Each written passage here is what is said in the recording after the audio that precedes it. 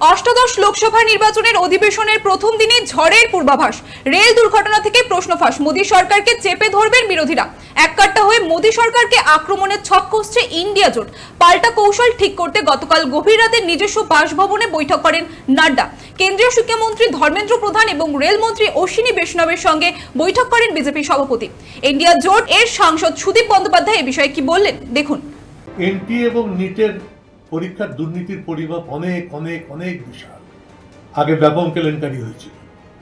এখন তো আমাদের যখন ইন্ডিয়া অ্যালায়েন্সের পার্টনাররা পার্লামেন্ট শুরু হওয়ার আগে একটা করে নিজেদের মধ্যে বৈঠক করে, তখন এই আলোচনার বিষয়টাকে অত্যন্ত আমরা গুরুত্বের সঙ্গে সামনের সারিতে রাখব এবং আমরা উদ্যোগ নেব যাতে এই বিষয়টি নিয়ে আলোচনা হতে পারে।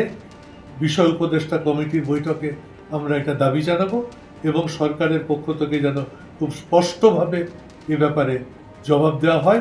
প্রয়োজনে আমরা স্বরাষ্ট্রমন্ত্রী বা প্রধানমন্ত্রীর কাছ থেকেও এ সম্পর্কে তাদের অভিমত জানতে চাই। এরই পাল্টা উত্তর দিয়েছেন বিজেপির সুকান্ত। কি বলছেন তিনি দেখুন। তো বিষয়টি সুপ্রিম কোর্টের সামনে আছে। সুপ্রিম কোর্ট যে রায় দেবে আমরা সেই রায় মেনে চলবো। এখনো পর্যন্ত সুপ্রিম কোর্ট কিন্তু নিটের কাউন্সিলিং বাতিল করেনি, কোনো কিছু বাতিল করেনি। নেটের পরীক্ষা কোশ্চেন বাইরে পাওয়া গেছে। নিট নিয়ে এখনো পর্যন্ত খুব বেশি আমরা সেরকম অভিযোগ পাইনি। অপরাধীরা শাস্তি পাবে। আমরা পুরো বিষয়টি নজরে রাখছি। কেন্দ্রীয় শিক্ষা মন্ত্রক আলাদা করে কমিটি তৈরি করে দিয়েছে, সেই কমিটি তদন্ত করবে এবং দুধ কা দুধ জল সব আলাদা হয়ে যাবে।